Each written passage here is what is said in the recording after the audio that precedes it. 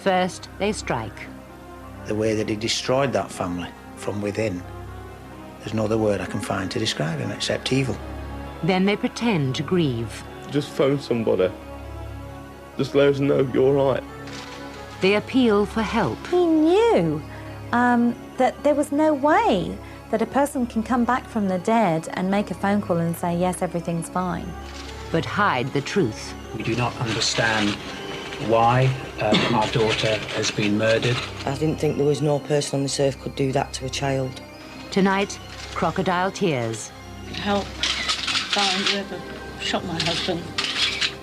Please come forward. The killers caught in the spotlight. The killers trapped in a web of their own deceit. How you could possibly move about all day long knowing that that evening you've planned to murder someone.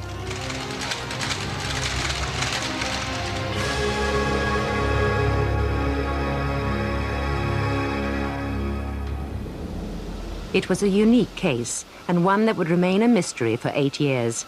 It would finally be solved in an unprecedented sting by one woman's determination and a detective who was prepared to take the biggest gamble of his career. Cirencester? They got out of a plastic bag down on the water in Cirencester. A bag? Oh, I bet they've done her fingerprints already. It's been a long time, actually. It doesn't matter. What, in water? It doesn't matter. If it's her, it's her.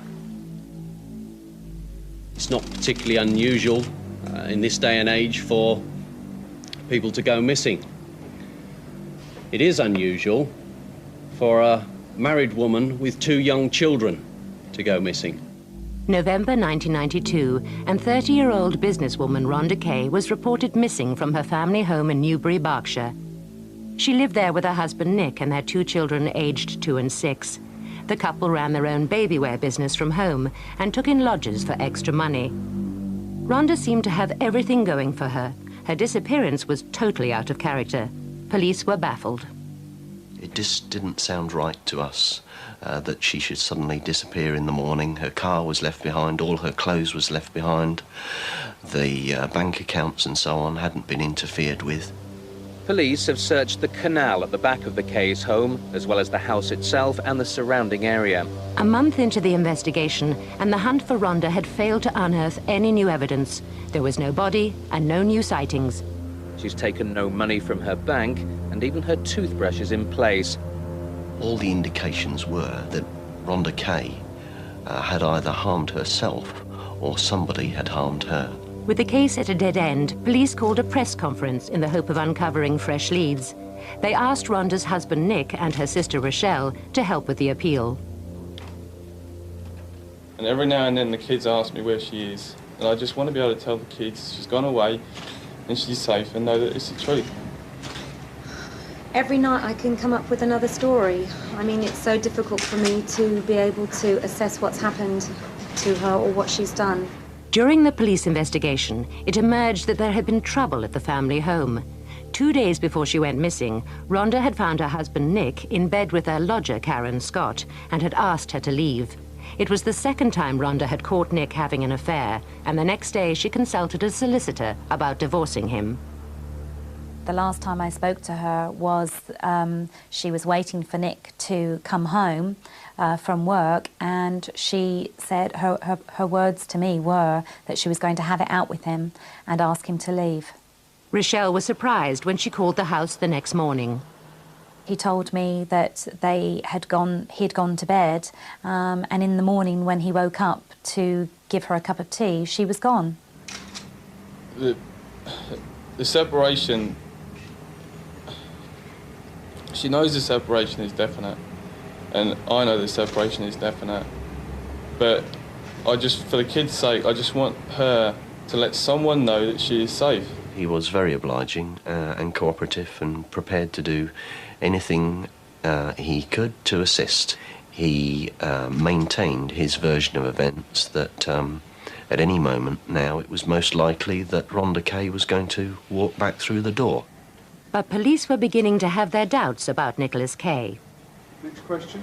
There was a good deal of suspicion that Rhonda Kay had been killed, and of course Nicholas Kay, owing to the circumstances of her disappearance, Nicholas Kay would have had to been the prime suspect. Next question. Kay was in for a surprise. This was going to be a press conference with a sting in the tail. Among the gathered journalists was Roger Sawyer, who worked for a local news agency. Normally when you go to a news conference like that, you'll have a little briefing with the police beforehand and they'll tell you what the situation is. Sometimes they'll explain to you that the relatives are extremely upset and they'll want you to be quite gentle with them because they're just appealing for information.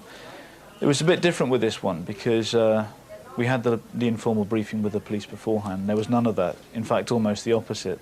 I remember asking the officer, is it all right if I ask him if he killed her? And he said, you can ask him what you like. Ladies and gentlemen, 2 more questions and then it ends. Roger.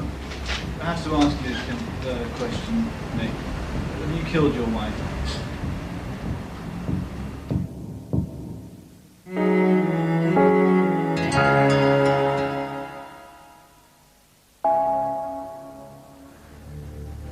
Rhonda Kay had mysteriously disappeared from her family home in Newbury, Berkshire. The finger of suspicion was pointing at her husband. Gentlemen, 2 more questions and then it ends. At a press conference, a journalist was given the go-ahead to ask the question everyone wanted answered. Have you killed your wife? What do you think? I was a bit surprised by that, but I just asked him then, please answer the question. No, I have not killed my wife. I was really pleased that that particular question did come out because it was one of the questions that I wanted to ask myself. I didn't expect the answer that he gave. I would have liked a much more sincere and concerned answer. I think a lot of people watching that interview would have expected to see some genuine signs of distress on his part. What do you think? And his response to me answered the question of his guilt, and the anger within me just brewed to such a degree that I just felt that I was going to explode. I came out of it thereafter feeling much the same as when I went into it. I suspected that she had been murdered, and I felt it was only a matter of time before we found her body. The appeal may have reinforced people's suspicions, but it brought forward no witnesses or new leads. There was simply nothing for the police to work on. Kay was free to go. He returned home to the house that he had shared with his wife, but now shared with his lover, Karen Scott. In fact, it would emerge that she had returned to the house just 2 days after Rhonda went missing, and that Rhonda's possessions had been sold or burnt. I understood very clearly that Rhonda was never going to come back. Kay later married Karen Scott. It would be good news to hear. We've really had a belly full of all this, to be honest. With no body and no evidence, the investigation into Rhonda's disappearance went cold. For 7 years, there were no sightings of Rhonda. Rochelle was battling to keep the investigation alive, but despite routine police reviews, the case had come to nothing. As the years rolled by, I had to resign myself to the fact that there was a possibility that she may never be found. But things were about to change. Autumn 1999, and Rhonda's case was reviewed by Detective Superintendent Trevor Davis. When I first reviewed the case, I looked at likely suspects. And of course, who was the person with motive? Nicholas Kay. Who was the person with opportunity? Nicholas Kay. And if you put those together with the circumstances that prevailed at the time, in other words, he'd just been discovered for the second time having an affair in quite a reasonably short period of time, he had to become the major suspect. He assured me that it would be his last major case before he retired, and that he would do everything in his power to get me the answers that I'd so desperately needed. There was no forensic evidence that had come to light that was going to implicate Nicholas Kay, and therefore my conclusion was that if we were going to get to the bottom of Rhonda's disappearance, then it had to come from him, and probably him alone. Davis came up with a groundbreaking plan. The police had recently been given new powers to bug private homes if there was no other way of obtaining evidence. He was given the official go-ahead to mount a covert surveillance operation on Kay's home. Bugs were planted in the kitchen, bedroom and bathroom. It was an extraordinary gamble. It may well have been within the family that they never ever spoke about it, so it needed a catalyst to bring that to the fore. That catalyst would be Rochelle. Davis scripted a phone call during which Rochelle would tell Kay that remains had been found. She would give the minimum amount of information in the hope that anything Kay said would incriminate him. I had to make him believe that it was me speaking normally and convince him that a body had been found. And the pressure of knowing that my words were so important was tremendous. It was a high-risk strategy. They had to get it right first time. There would be no second chances. Rochelle would make the call to Kay, but not engage in conversation. The police would then monitor the reaction between him and his wife, Karen.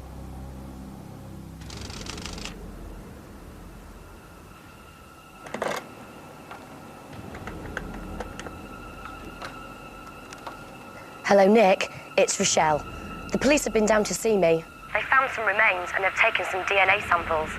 I hope they get you this time, you bastard. What the surveillance team were about to hear was dynamite. What? That was Rochelle. What? That was Rochelle. What did she say? Hold on a minute. Got her out of the plastic bag down on the water in Cirencester. A bag? Oh, I bet they've done her fingerprints already. It's been down there a long time. It doesn't matter. Yeah, it'll all be circumstantial though, won't it? Oh, God. I can't take this. Yes, but putting it in a plastic bag looks suspicious. If they look, in the bottom of the river there's pebbles. The first thing you should have discussed it with me. I mean, I don't think you're telling me the truth. I don't think you use gloves. Why wouldn't I use gloves? It became apparent to me that I was actually listening to a confession from his own mouth. You don't know it. They could have found slight forensic evidence in the van. They could have found slight forensic evidence on the walls in the bedroom as well. No. Have you heard about that light that picks up? You know, I mean, I had a hell of a job getting the carpet sorted. You know, that Hoover, that thing, I must have been on it for over an hour. I must have done all of it. As the information came out about the likelihood of what had happened to Rhonda, the evidence was getting stronger and stronger. Bloody Rochelle. Sorry? Bloody Rochelle.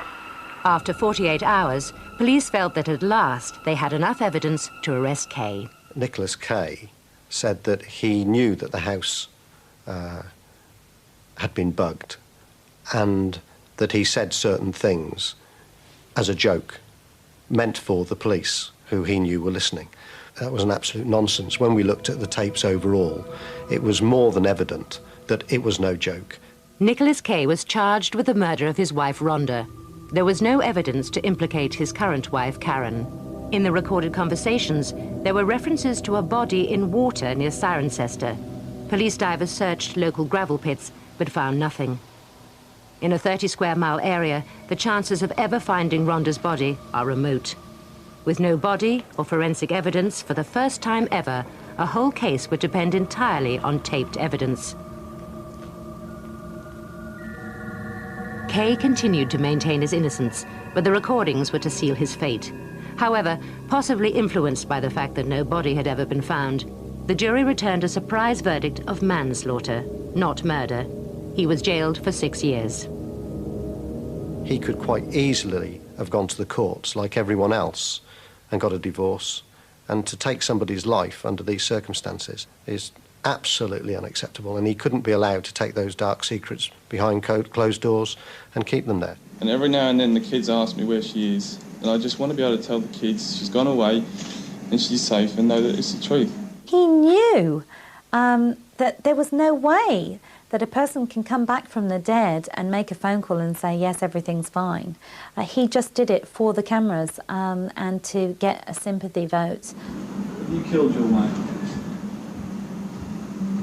What do you think? Just answer the question. No, I have not killed her.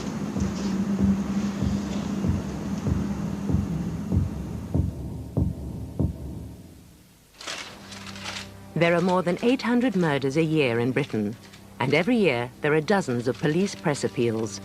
But in the last decade alone, there have been at least 17 cases of killers crying crocodile tears. Some people, like Vincent Shilton, even staged their own media appeals. Come home. Or if you don't want to come home, just phone somebody. Just let us know you're all right. For the watching public, it was an emotional plea for the safe return of his missing girlfriend, 23-year-old Lisa Blunt, the mother of 4 young children. But Shilton was lying. He'd already killed Lisa in a drunken brawl and taken her body to a nearby wood, where he'd soaked it in petrol and set it alight. Just let us know you're all right. But police arrested Shilton and he confessed. He was convicted of manslaughter and sentenced to 8 years. Mitchell Quay went one step further and mounted his own media campaign when his wife and the mother of 2 young children disappeared. One day, either Lindsay's going to walk into a police station or someone's going to see Lindsay. Quay was the #1 suspect, but publicly protested his innocence, even appearing on This Morning. Obviously, the question has to be put, and I know what your answer's going to be, but, I mean, did you kill her? No. No, I just wish someone had listened to me. No one has listened to me since this has begun. After 15 months, he took his publicity campaign one stage further. I will not stop until they either apologise to me or I get compensated, because I think I deserved it. I've been branded a murderer in this town by them. But in the end, Quay couldn't keep up the charade. After 36 hours of police questioning, he finally cracked and confessed to Lindsay's murder. He led police to where he'd dumped her dismembered body. He was jailed for life. Many killers think their lies will somehow hoodwink the police and watching public alike. They may believe their tears will save them. They may believe they can ride out the storm. They may even court the limelight, hoping to deflect suspicion from themselves. But in some cases, it's the very appeal they make that leads directly to their downfall. The children of Robert Wignall, grief-stricken and baffled by the brutal murder of the father they loved. I can't find any motive whatsoever why anyone would have done this. I've never known my father to raise his hand or even argue with anyone. Addleston, Surrey, and a romantic walk in the woods ended in murder for 55-year-old Bob Wignall. Bob had gone with his wife Sandra to feed some fox cubs when he was attacked and stabbed several times in the chest. Sandra managed to escape. They'd been married for less than a year. It's one of those things where everybody says that he's a nice guy, and he genuinely was. He never got upset with the children or his grandchildren. Absolutely idolised his grandchildren. Bob had been distraught when Rose, his wife of 30 years, had died of cancer. But then he met Sandra, and on Christmas Eve in 1991, they married. I think everybody was genuinely happy for Bob, that we really thought that he'd found a little bit of happiness again. Sandra gave police a description of 3 men she said attacked her husband. Senior Investigating Officer Pat Crossan was called to the scene. So you looked for a motive. Was it robbery? Was it revenge? Was it an argument that had got out of hand? But there was no information leading to any of those. So it just appeared to be a motiveless crime. It's beyond belief. You can't take it in at all. I've never known my father to raise his hand or even argue with anyone. You seem to be on automatic pilot through the whole thing. It's as if you're living somebody else's life. It's not your life anymore. I would urge anybody that even thinks they might know something to come forward. Bob's 3 children, Debbie, Denise and Dean, took part in the appeal, but Sandra was too distraught. Now, you've got to understand that it's a very daunting thing for people to go before the media. They're not trained for it, they're not accustomed to it. And so you cannot make a judgment about why people do or they don't participate. She was now part of our family, and she'd been through this terrible thing. And we tried to help her deal with her grief as well. A month into the investigation and with police looking for new leads, a crime appeals program staged a reconstruction of the murder using actors. Sandra agreed for her voice to be used in the appeal. We were standing talking, and from behind Bob's back, I saw these 3 boys. Have you seen a puppy boxer, mate? No dogs around here, I'm afraid. They just seemed to appear from nowhere. I thought one of them was coming after me, but I actually ran to the bottom of the motorway. I didn't know what to do. I was absolutely terrified. As a result of the appeal, police received dozens of calls, but one in particular stood out. An anonymous caller told detectives they should be looking not for 3 men, but 2. He made another startling claim. He was very, very persistent in saying that it was Sandra Wignall was the key to solving this crime. He made a significant comment to me that she was an evil woman, and that if I had her followed, she would take me to the address where these men could be found.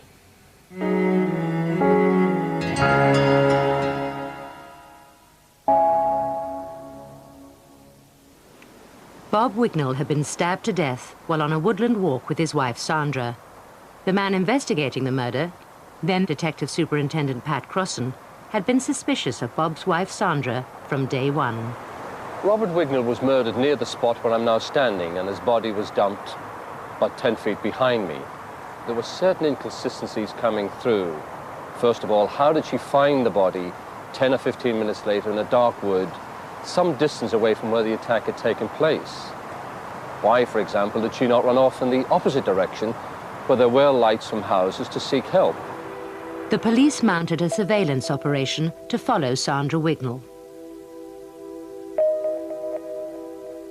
Sandra's secret world was about to unravel. Police discovered that just 9 days after marrying Bob, she was back with a former lover, Terry Bewley.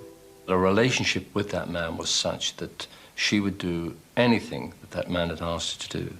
If he said to drive naked to a given spot, she would do it.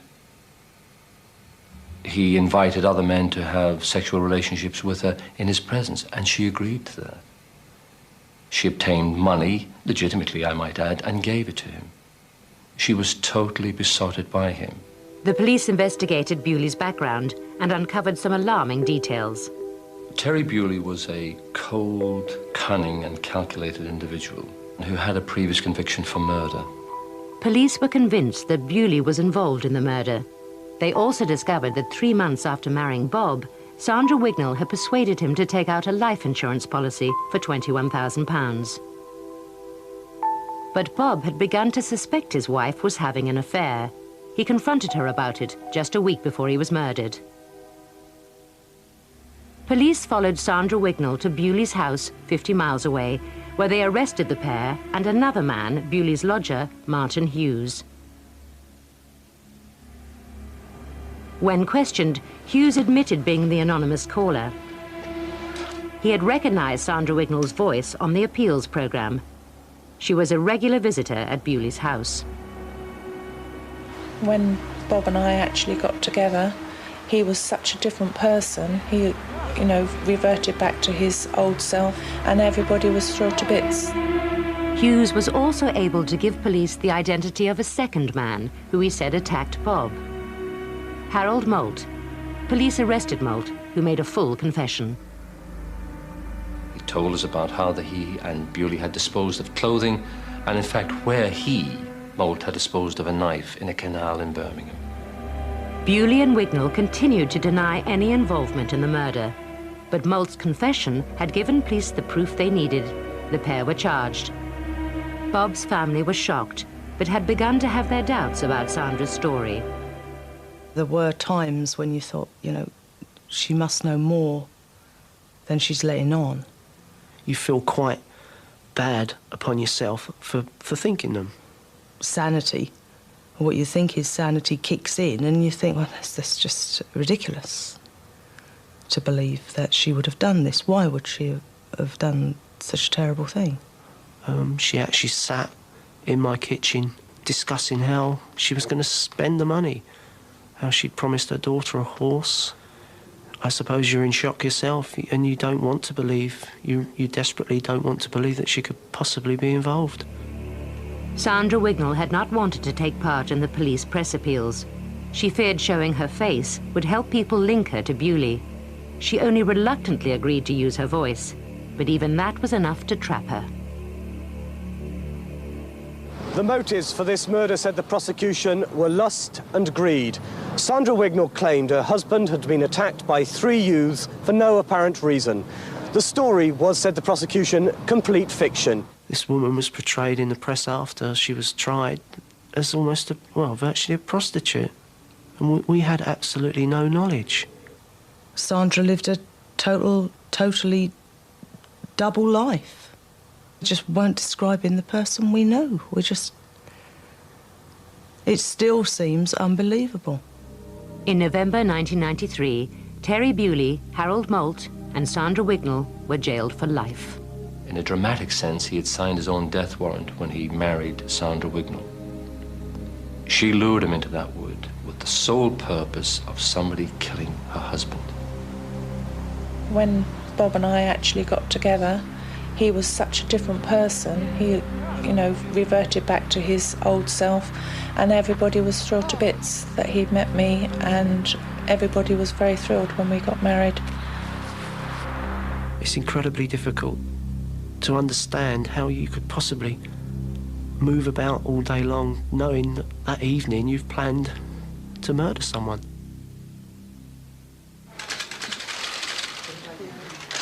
Jean Dado faced the cameras after her husband had been shot in an apparently motiveless murder.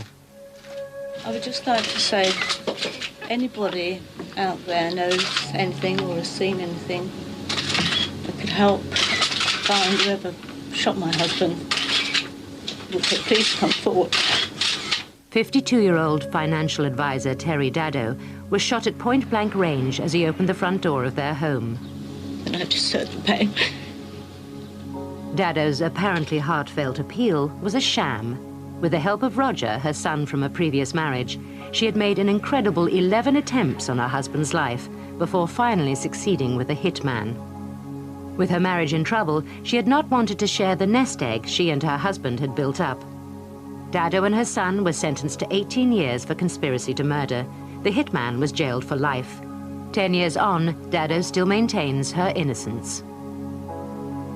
A personal appeal from victims' family or friends can maximize publicity, but it's a daunting experience, and people react in different ways, whether guilty or innocent.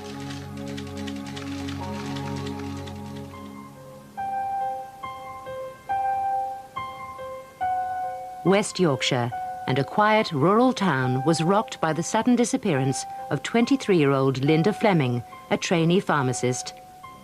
Linda, who lived with her parents, had failed to turn up for work. After 24 hours and with no news of her whereabouts, her father reported her missing. She loved her family, she was devoted to her family, and seemed to be much closer to Dad than to Mum. She was Daddy's girl. She loved her boyfriend Stuart. They were going to get engaged. 6 days later, and with still no clues to go on, Linda's boyfriend Stuart, Father Derek, and brother Stuart appealed for information. Was she depressed for any other reason? No. Linda was not depressed. And I do not want anybody to even think that Linda was depressed. For the gathered journalists, it seemed an all too familiar routine. Many were fearing the worst. The press conference took place at a time when there'd been quite a few briefings where members of murder victims' families had given conferences and had turned out to be the killers. So we were looking at all three of them and wondering which one of them might be the murderer. Linda, wherever you are, or for whatever reason, please come home or just ring. We all love you and we want you home with us. None of us suspected Derek for 1 second, and we certainly didn't suspect his son Stuart. So we were all looking at Linda's boyfriend thinking, was it him? She was down at my house, and Mum and Dad knew she was there. She was staying over. She would even ring to tell them she was staying over, even though they knew she was there. Whereas Derek had been crying and was shaking and was visibly upset and obviously devastated, Stuart was very straight, very calm. There were no tears. The appeal was disappointing. It brought no new leads or sightings of Linda. Police stepped up the search. So far, an extensive search by mounted police, tracker dogs and the Force helicopter has found no trace of Linda. The police were far more concerned than they would normally be for your common garden missing from home. I think everyone believed right from the beginning that something more sinister was afoot with this case. 3 days later, their worst fears were confirmed when the body of a young woman was found on the moors 5 miles away. It was identified as Linda's. The pathologist reported that she had died as a result of multiple blows to the head with a heavy blunt instrument. The call for further help from the public remains, with the belief that it may now take just one piece of evidence to trap Linda's killer. There had been no sexual assault or robbery, and with no obvious motive, police began to suspect that Linda had been killed by someone close to her. People started to look around and say, well, who on earth could that be? The spotlight fell on the last people known to have seen Linda alive, her family and her boyfriend. The community was stunned. Forensic scientists were sent into their homes. The search at Linda's boyfriend's house produced no evidence. He was in the clear. But during the search of the Fleming family home, there was a shocking discovery: microscopic specks of blood. There was, I recall, blood staining between the tiles on some of the grouting. There was a small amount of staining within a cupboard in the utility room, and there was a stain on a peg bag which was subjected to DNA analysis. At lunchtime today, detectives announced that a 51-year-old local man had been arrested in connection with Linda Fleming's murder. Linda's brother was in the clear because of an alibi. Police arrested her father, Derek. I confess, we were all pretty staggered by that, because you just don't hear about fathers murdering their grown-up daughters. Then came a second breakthrough. A search of Fleming's car produced more traces of blood. There was also blood under the laces of his shoes. He was now the prime suspect in his daughter's murder. The net was closing in. Fleming's account of his whereabouts on the day Linda disappeared didn't add up. He said that he'd returned home at around about 8:15. They confronted him with the fact that his wife and their neighbour had said that he'd returned at about 10 and that they were there. And so it was that Fleming then changed his account and said, oh, well, I must have returned home twice. Police questioned Fleming for nearly 3 days. He continued to deny any involvement in the murder. Without more evidence, they would have to release him in less than 3 hours. Then came the results. The blood was Linda's. Police presented Fleming with the damning evidence.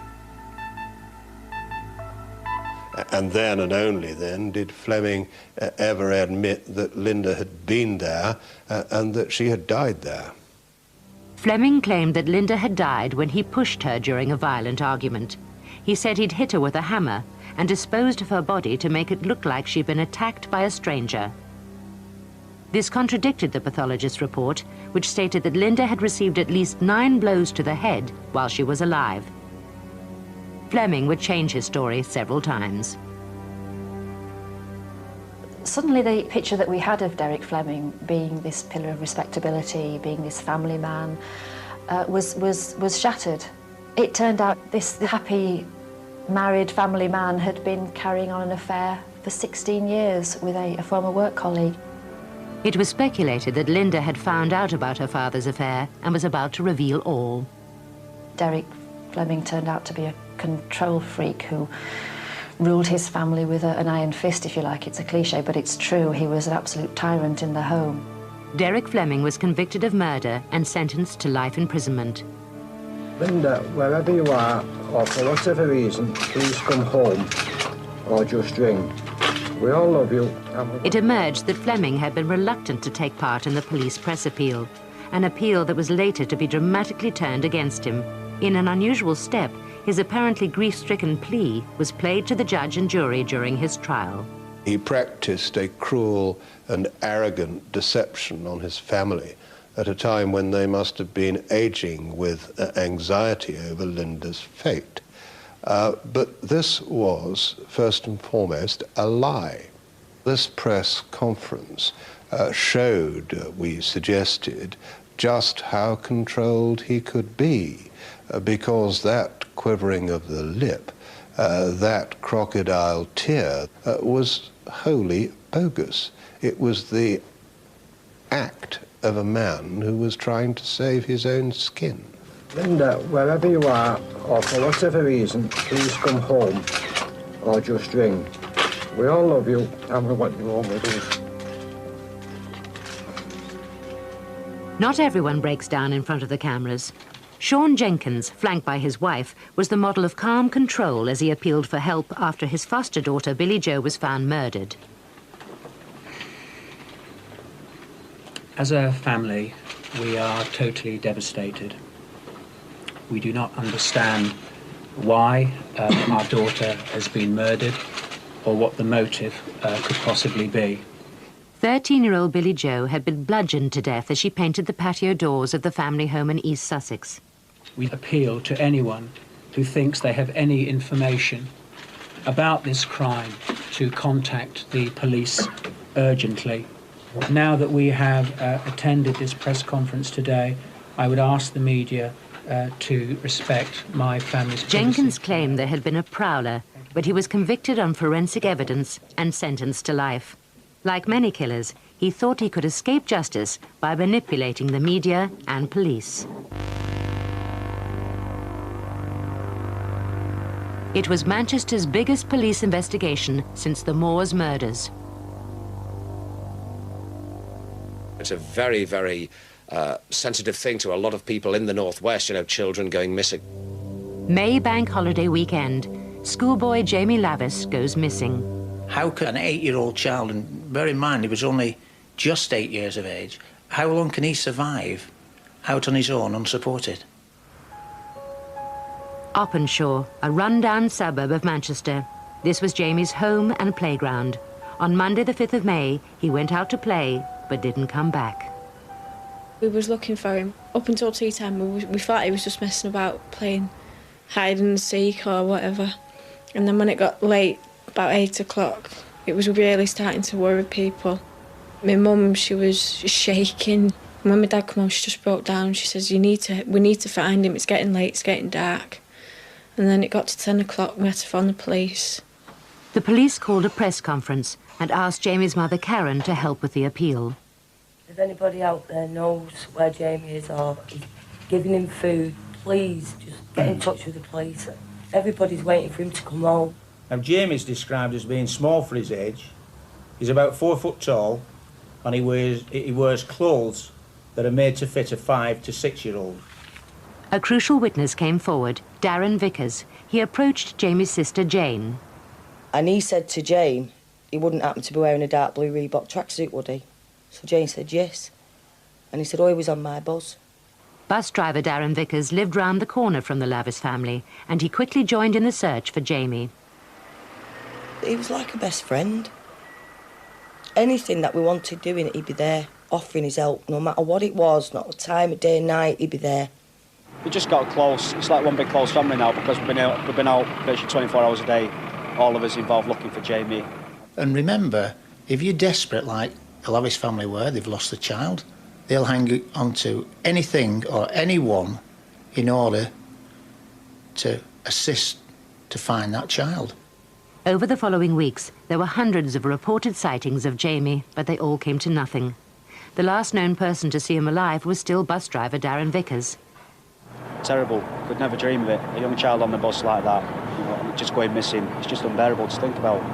It's just a nightmare for everyone. According to Darren Vickers, Jamie had been just another passenger on the bus. But when police tracked down other witnesses who'd been on the 219 that day, they gave a very different story.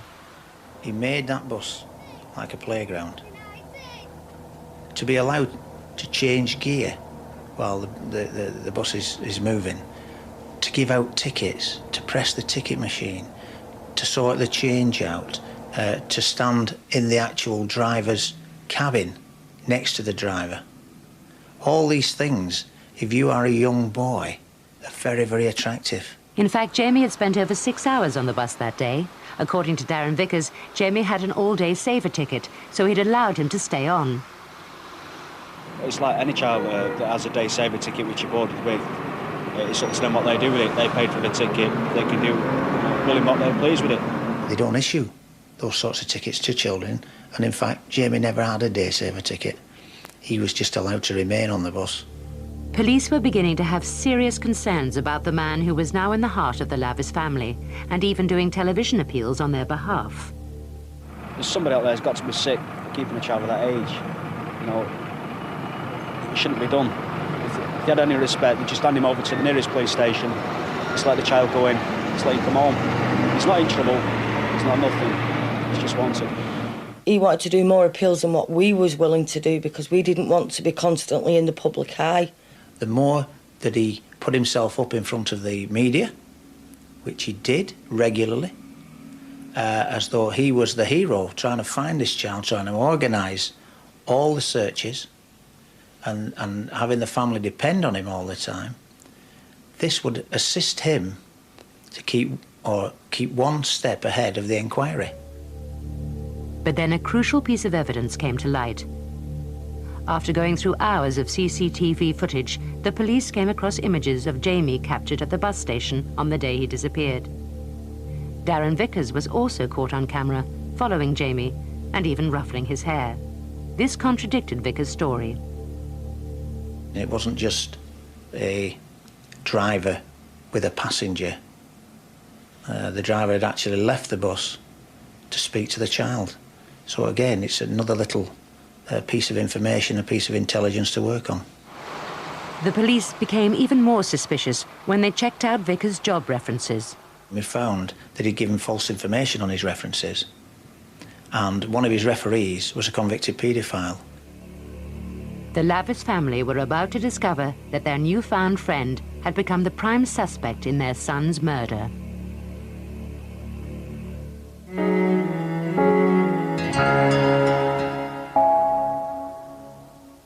On Piccadilly, 11:52. Darren Vickers joins us on the phone now. Darren, you're the bus driver that was the last person to see little Jamie alive.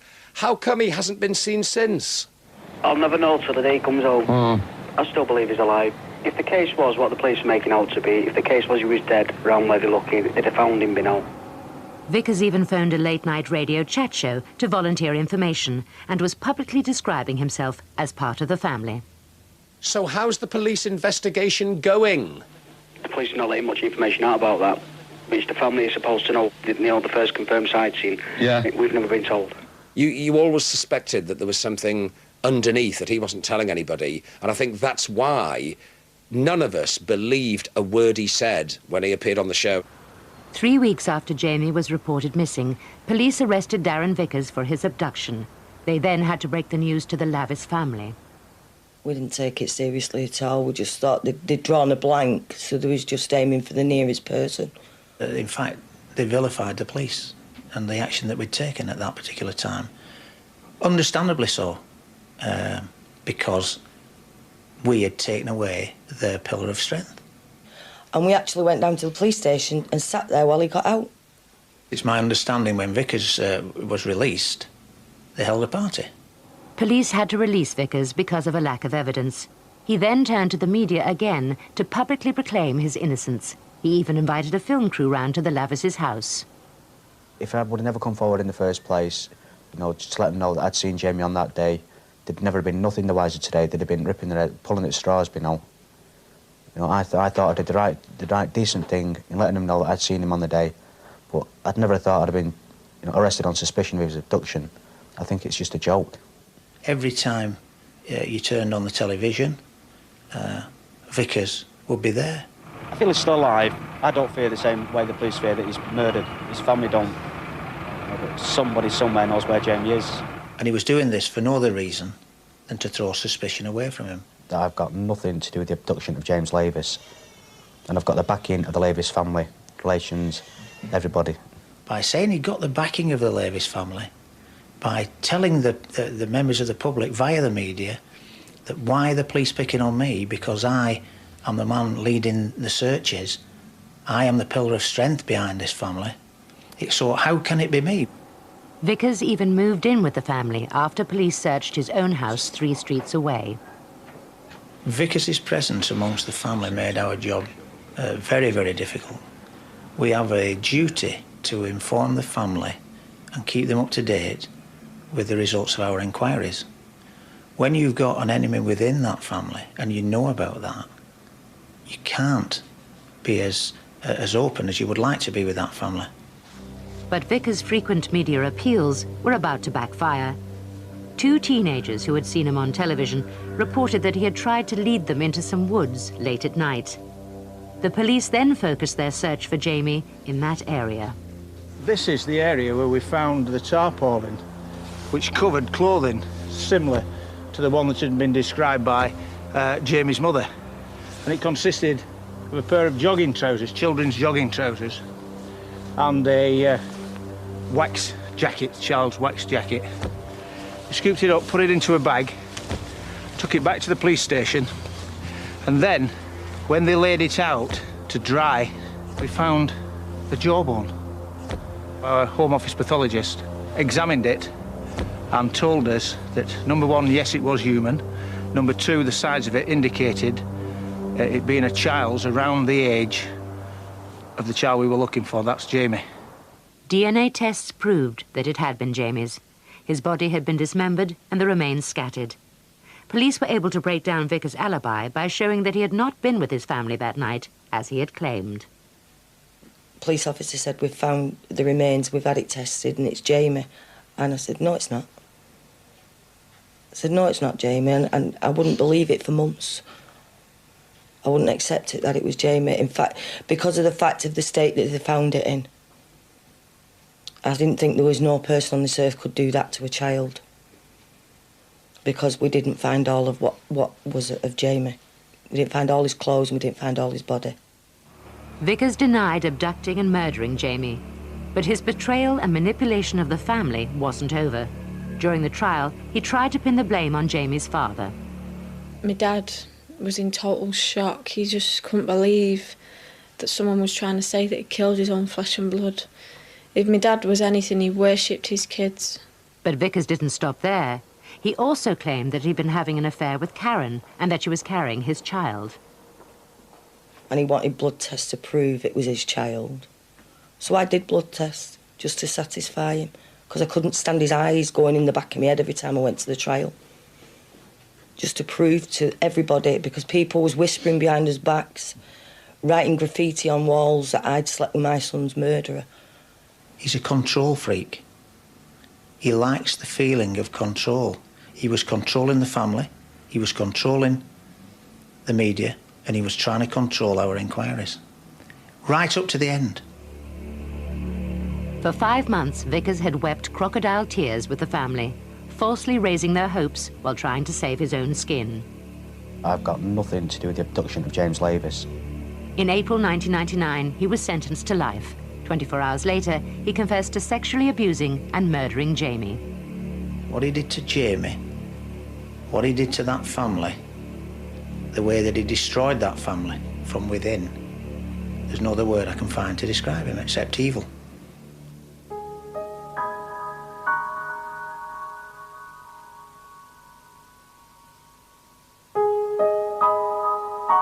I go up to that cemetery and I think, I'm buying him flowers for Christmas when I should be buying him toys. And I'll never forgive Darren Vickers for what he's done. To kill a child, but to dismember him and bury him is the most sickening thing that anybody could ever do to somebody.